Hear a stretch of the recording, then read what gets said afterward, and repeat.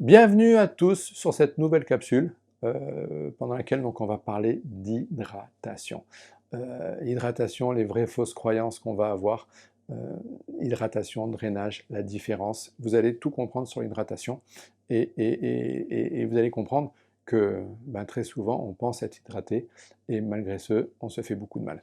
Alors l'hydratation, quand je pose la question en séminaire, quand je pose la question en formation, quand je pose la question même au cabinet, quand des patients viennent me voir, et que je leur dis ça veut dire quoi pour vous s'hydrater, les gens répondent ça veut dire tout simplement boire 1,5 litre d'eau par jour. Et oui, boire 1,5 litre d'eau par jour, c'est la quantité qui en moyenne sort de notre corps au travers de notre salive, de nos urines, de notre transpiration, de notre système lacrymal, etc.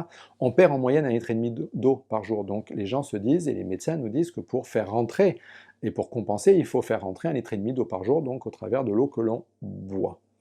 C'est ce que j'ai dit pendant des années, et c'est ce que je disais en formation, jusqu'au jour où j'ai pris conscience qu'on pouvait boire 1,5 litre d'eau par jour et être complètement déshydraté. Un jour, je faisais une conférence à Bordeaux, et face à un parterre de médecins, et un médecin urgentiste du CHU de Bordeaux lève la main et me dit « C'est vrai, Silver, tout ce que vous nous dites sur l'hydratation concernant les disques intervertébraux qui sont composés d'eau, des douleurs lombaires, etc., qui sont liées à cette déshydratation. Et cependant, j'ai fait des bilans et des analyses cliniques en Afrique, dans différents pays, on va dire du tiers-monde, et ces gens, en effet, sont beaucoup, beaucoup mieux hydratés que nous, et pourtant, dans ces villages des pays du tiers-monde, il n'y a pas d'eau courante. Il n'y a pas d'eau qu'on boit, il n'y a pas de bouteille d'eau, il n'y a pas d'eau courante, il y a juste un puits avec de l'eau insalubre. Et pourtant, ces gens sont beaucoup, beaucoup plus hydratés que nous. Pourquoi? Pour une simple et bonne raison. C'est qu'une grande partie de notre hydratation vient non pas de l'eau que l'on boit, mais vient de l'eau que l'on mange. Et ça, les gens n'en ont pas trop conscience, et c'est ce qui fait que du coup, pour l'OMS, nous sommes à peu près 95% de la population en France, et à peu près autant en Occident, on va dire, à être dans une déshydratation plus ou moins sévère, malgré le fait que nous buvions de l'eau. Il faut bien comprendre que l'eau que l'on boit, en grande partie, cette eau va servir à drainer, à éliminer les toxines. Et une partie, en effet, va servir à hydrater notre corps. Mais une grande partie, la majeure partie de cette eau que l'on boit va servir à drainer, éliminer ces toxines. Par contre, l'eau que l'on mange, cette eau que l'on mange au travers des fruits, des légumes, des aliments germés, en grande partie va nous hydrater. Pourquoi? Tout simplement parce que ces aliments-là contiennent de l'eau, certes, mais ils contiennent aussi autre chose qui est fondamental à cette assimilation au niveau de notre intestin grêle, qui sont les fibres. Et dès qu'on va manger ces aliments, le corps va pouvoir retenir, grâce à ces fibres, va pouvoir retenir cette eau si précieuse. Rappelez-vous, nous sommes constitués à presque 70% d'eau, il est donc logique que à peu près 70%, 60 à 70% de notre alimentation soit une alimentation riche en eau.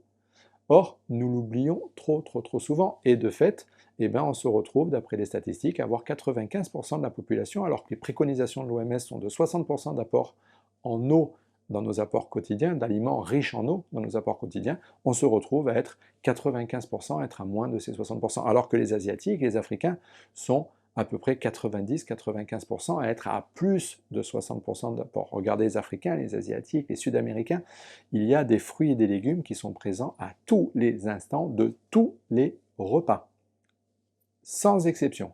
Regardons-nous manger, qu'est-ce qu'on mange? On mange des aliments principalement inertes.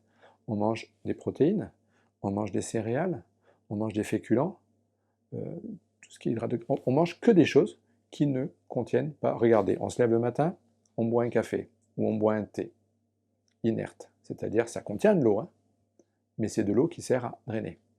Puis on va manger une tartine ou un gâteau ou une pâtisserie ou une viennoiserie inerte. C'est fait avec de la farine, des céréales, avec des œufs, avec des protéines. Et puis on va boire un verre de jus d'orange. Ah, le verre de jus d'orange. Je prends mon jus d'orange, je prends mon orange, je la mange comme ça. Elle va, en grande partie, m'hydrater, en petite partie, me drainer. Par contre, si je prends mon orange et que je la presse et que je la bois, j'inverse le process. Pourquoi? Tout simplement parce que j'ai écarté les fibres. Encore pire si je fais une extraction de jus. J'ai écarté totalement les fibres. Résultat, l'aliment ne va plus du tout m'hydrater. Donc je bois mon jus d'orange, et je me draine le matin. Mais je ne m'hydrate pas. Et puis je passe à table à midi, je vais manger une petite tartelette, je vais manger une charcuterie, je vais manger inerte, inerte. Et puis je vais manger une protéine avec du riz, avec des pâtes, avec des frites, inerte, inerte, inerte. Et puis je vais manger un bout de fromage, inerte, avec un morceau de pain, inerte. Et je vais finir avec un produit laitier, inerte, ou avec une tartelette, un gâteau, une pâtisserie, inerte, inerte, inerte. Et si je veux manger un fruit, ben, je vais le manger en compote, inerte. Et oui, dès que la compote elle est faite, le fruit il est cuit. Et dès que le fruit est cuit, les fibres sont détruites. On passe notre vie sans même s'en rendre compte à avoir une alimentation inerte. Et après, on s'étonne que 95% de la population en France souffre de discopathie, sachant que nos disques intervertébraux sont composés à 90-95% d'eau. Et dès qu'on est en déshydratation, cette eau qui est dans nos disques intervertébraux, elle migre pour aller alimenter nos organes vitaux. Et donc forcément, je vais commencer à avoir une discopathie, parce que l'eau, c'est, on le sait bien, incompressible. Et tant qu'il y a de l'eau, les vertèbres ne se rapprochent pas. Dès que l'eau, elle migre hors de la vertèbre, immédiatement, le disque va venir se tasser, va venir se comprimer. Donc, on passe notre vie à se faire mal au travers de notre alimentation en ayant une alimentation trop peu riche en eau. Donc, je vous conseille de remettre des fruits, des légumes, des aliments germés dans votre alimentation, mais surtout en faisant attention dans la cuisson de ne pas trop les cuire, de ne pas les manger. Regardez comment nous mangeons en France. Nous avons, ou en Occident, nous voulons faire par exemple une soupe. Qu'est-ce que nous faisons? Nous la faisons cuire, cuire, cuire, cuire, cuire. Puis une fois qu'elle est bien cuite, on en fait un velouté. Puis le velouté, on continue à le faire cuire, à le faire mijoter pour lui donner du goût. Ah, ça, d'un point de vue goût, il est excellent. Par contre, d'un point de vue fibre, c'est à pleurer, il n'y en a plus. On va faire une ratatouille, et on va la faire cuire, cuire, cuire. Et c'est vrai, plus elle est cuite, plus elle est mijotée, meilleure elle est. Le problème encore, là, c'est que les fibres sont complètement détruites. Et donc le pouvoir d'hydratation, absolument totalement disparu. Et puis, quand je vais boire des jus de fruits, je vais les faire à l'extracteur de jus, ou je vais les faire au presse-agrumes, au lieu de les faire au blender. Le blender qui va garder, lui, toutes les fibres. Donc il faut privilégier les blenders pour garder les mixeurs à l'ancienne, vous savez, clac, la petite hélice, pour pouvoir garder ces sacro-saintes fibres qui sont indispensables.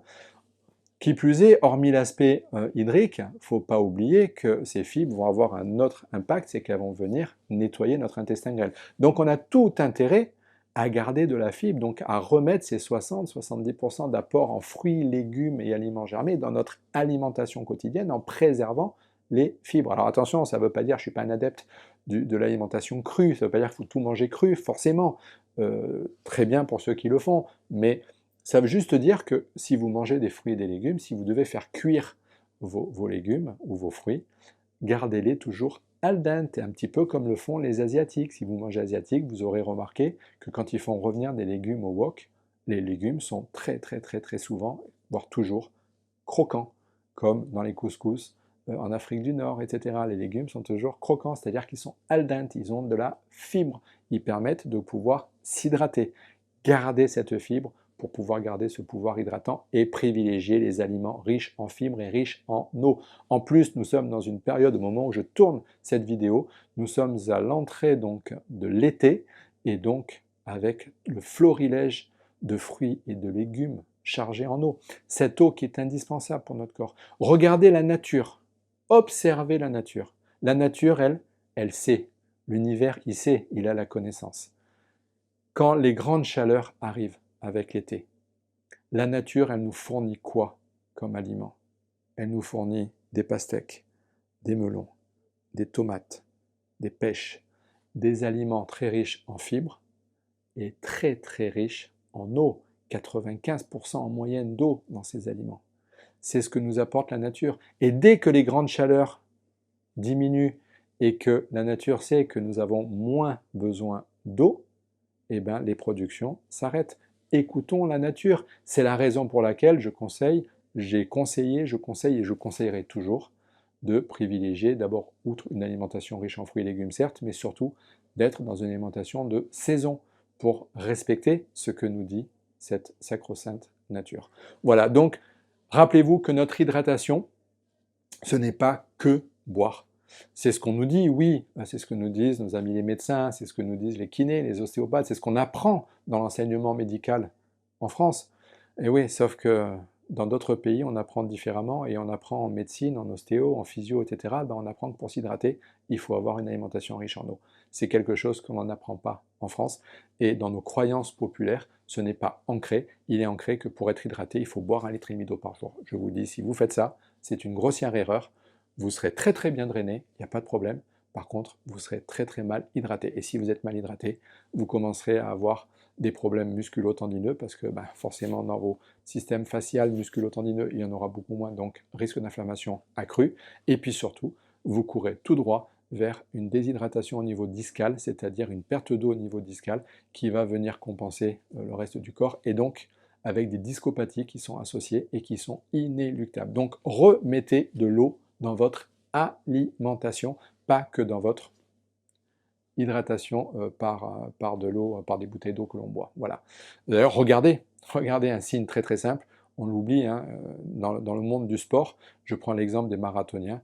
Quand on fait un marathon, quand il y a des ravitaillements, il y a quoi? Il y a des bouteilles d'eau et il y a des quartiers d'orange. Pourquoi? Les marathoniens, ils passent, ils prennent la bouteille d'eau, ils font quoi avec? Ils la boivent pas, ils s'arrosent. Et ils prennent l'orange et ils la mangent. Ils vont s'hydrater au travers de l'orange. Ils ne font pas l'inverse, hein, prendre l'orange, se presser comme ça l'orange et boire la bouteille d'eau. Pourquoi? Parce que d'abord, ils seraient tout pégueux, mais surtout, au bout de 10 minutes, ils auront envie d'aller faire pipi. Et c'est pas bon quand on fait une course. Donc, ils boivent quand? Ils boivent à l'arrivée. Et à l'arrivée, là, par contre, ils vont boire. Pourquoi? Tout simplement, bien sûr, pour s'hydrater, parce qu'ils en ont besoin. Et là, il faut boire, bien sûr. Mais aussi pour drainer, parce que s'ils ne buvaient pas à l'arrivée, le lendemain, ils auraient tous des courbatures partout et ils marcheraient avec leurs courbatures.